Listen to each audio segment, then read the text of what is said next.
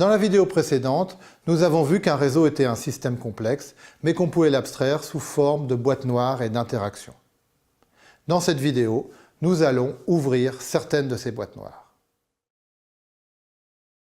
La tablette de Caroline contient un logiciel qui va permettre d'afficher les pages web et les vidéos. Ce logiciel repose sur un système d'exploitation qui va gérer les ressources de la machine. Ce système d'exploitation va aussi gérer le réseau. On y trouve une couche qui va servir à fiabiliser la communication entre l'ordinateur et le serveur. Nous l'appellerons TCP dans la suite du cours.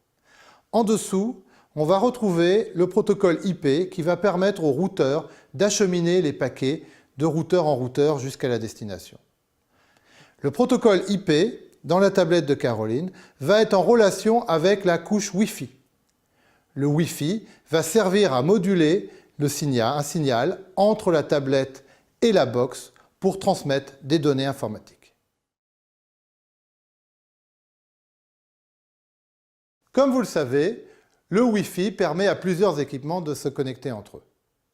Un protocole va faire qu'un seul équipement pourra parler à la fois. En effet, si deux signaux se chevauchent, aucun d'eux ne sera compréhensible et les informations seront perdues. Le Wi-Fi permet aussi d'adapter sa modulation à la qualité du réseau.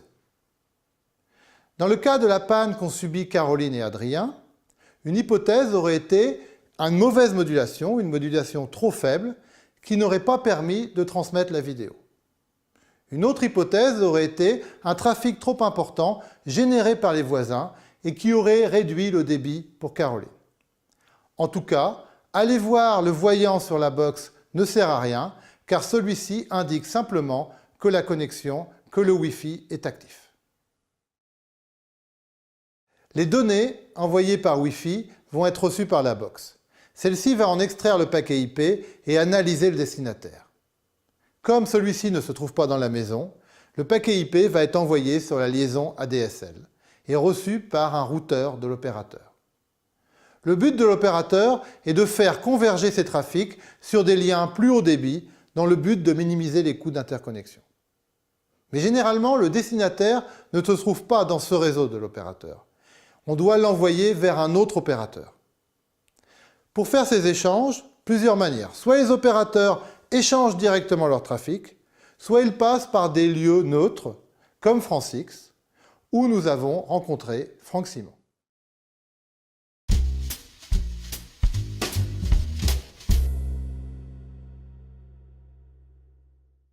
Un GIX, c'est un point d'échange Internet, donc c'est un carrefour d'échange de données où sont présents un grand nombre d'acteurs de télécom. Et à travers ce carrefour, en fait, l'échange de données se fait via des chemins courts et d'excellente qualité, ce qui fait qu'en se connectant à cet endroit, à travers des points de présence, vous avez la garantie de joindre un grand nombre de destinations d'Internet, et ce, avec une excellente qualité de service.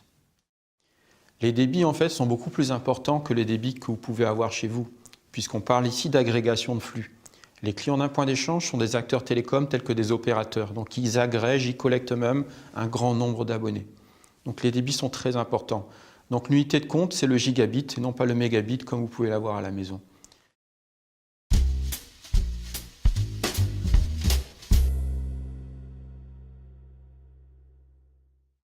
Dans la séquence vidéo, nous avons vu que la panne était située à l'Institut Mines Télécom.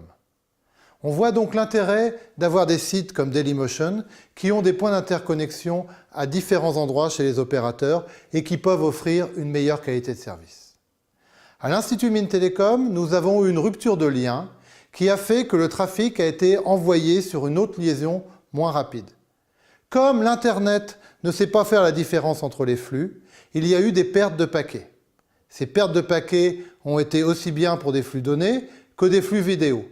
Mais ils étaient beaucoup plus visibles sur la vidéo, car sur un flux de données, on aurait eu simplement un temps de transfert beaucoup plus important.